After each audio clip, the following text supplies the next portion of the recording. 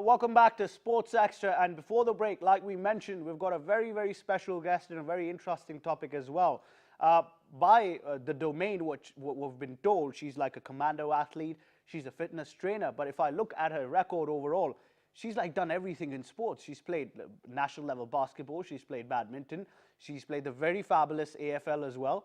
And obviously, I think that all that's left for her is a couple of sports just to get the grip on entire sports as well. And she's here now. We're going to be talking about the topic for martial arts for women as well, which, like I always say, is not just a sport, but it's an art of self-defense as well. In studios, we've got her exclusively. We've got the very charming, the very fabulous, the very beautiful. We've got Miss Ammara Raja, but equally dangerous. You don't want to mess with her as well. Ammara, assalamu alaikum. Welcome to the show. Thank you so much for having me.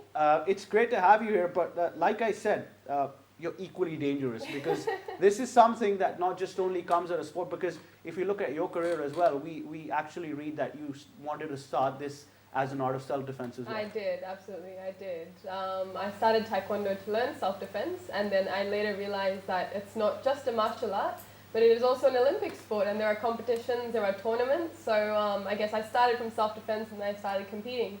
And now I do compete, and in the last 2 years, not to brag, but I have won 8 gold medals. Oh, that's very nice. 8 gold medals. So that tells you that you don't want to mess with this lady over here, who's from Melbourne, of course.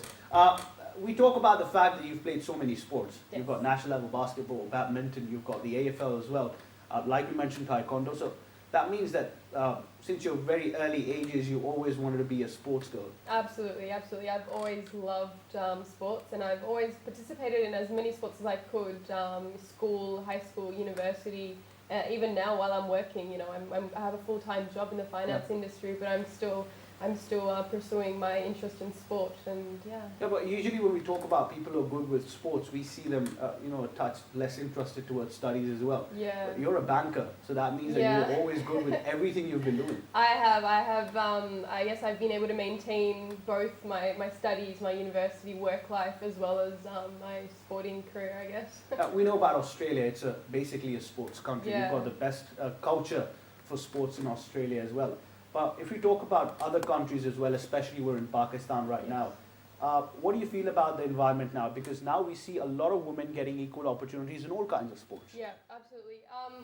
In Pakistan, I guess there are a lot of women in sport, but I feel that there are not enough resources. There are not enough opportunities or platforms for those girls, to reach the level that they should be at.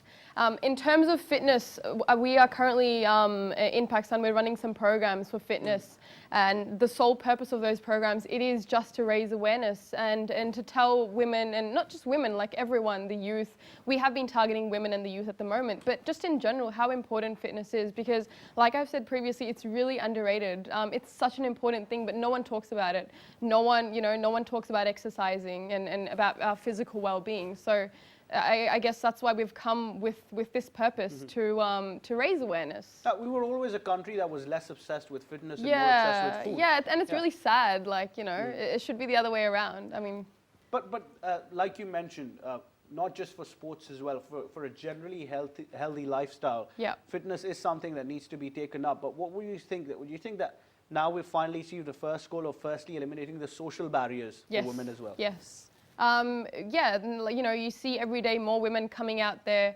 more women, reaching international levels. You hear every day people winning, women especially, and it's so good to see that. I mean, it makes me very happy when I see women reaching such great heights, reaching their true potential. And we need to help them as much as we can. And, I'd love to do as much as I can to help these women reach where they should be. Right, and because the fact that you live in Australia, you work there, you get time just to come here and do this all is absolutely superb. Yeah. But that does mean that you like the green as well. Yeah, I do. And, I do. I mean, we've done some programs in some schools here and at some other sporting clubs, and would love to continue to do this and make it a regular thing. And that's the plan. Next year maybe we'll come again, we'll run more programs and do collaborations and that kind of stuff. So that's the idea, and hopefully it works out, because we want to see Pakistan do more. We want to see Pakistani women do more, and I will do as much as I can to help. That's very, very generous of you as well. Talking about taekwondo in general, what do you think should be the very first ways we start here? Because yes, fitness is a big thing. But obviously after that, we need to have more international trainers in the country. Yes. And just to promote this sport is very important because like you mentioned, you, mashallah, have got 8 gold medals. You're an inspiration for everyone. But bringing it back here, the first thing would be to make an understanding of taekwondo in general. Yeah. Not many people know about taekwondo. Like I said about myself, when I started taekwondo, I started it for self-defense. I didn't know that it was actually a sport, that you can actually compete, go to tournaments, you know, let alone it's an Olympic sport and no one knows about it. So, but I have seen that there is a Pakistani taekwondo team, of course, not to discredit or anything, and they do train very hard. They've won medals and all that kind of stuff. I guess, you know, we need more clubs. We need more people talking about sport. We need funding and all that kind of stuff. You know, that's a big problem. You hear that all the time. They don't have enough, they don't have sponsorships. Yeah.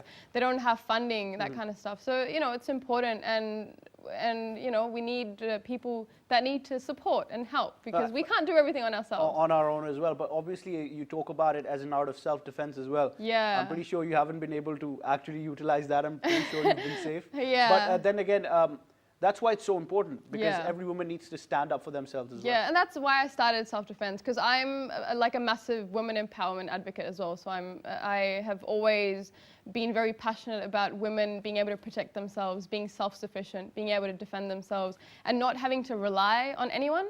So that was the motivating factor for me to learn self-defense. And that is why I'm so pushy about it. That's why I want to run self-defense sessions here in Pakistan because I want every woman to, you know, feel strong, feel confident. And you do feel very confident and strong when you know that you can protect yourself. So not just in Pakistan, if we talk about the fact that in general over the world, we're seeing, everywhere. Yeah, we see kids now going more towards the technological side.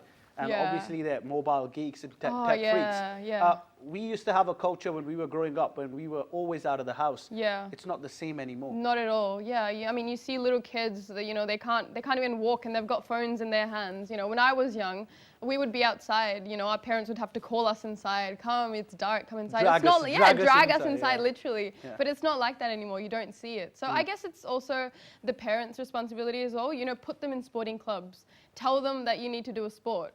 Right. So, and what do you think? You think that we need to just focus right now on the youth perspective as well? But I think bringing all of those stakeholders who've already been sportsmen, but somewhere over the years, you know, their life has got to them now. Yeah. And we need to bring them back into the system as well. Yeah, for sure. I mean, you know, if you're a sportsman, if you're an athlete, it will never really leave you. It's in your blood, right? You're never gonna move away from fitness. You're not gonna move away from sports. You will do this every opportunity you get. So, and you can't, I don't think you can actually leave it. You can't get out of it, you know. What do you think about the prospect that all kinds of international people are coming to Pakistan and helping as well? Because you talked about working for Shaheens as well. Yes. I know they're doing a lot for the Pakistani community in Australia, but I was one of the lucky ones who collaborated with them here as well. Right. And they sent us international AFL coaches. Yeah, and we had like a lot of people. Wasim Rafihi was here as well. He had a great time. What do you think are the future initiatives where Shaheens could help more in this regard? Shaheens is a fantastic, it's a sporting group. I personally have worked with them as well. I'm the female coordinator of their female program. So we run programs for women, all women.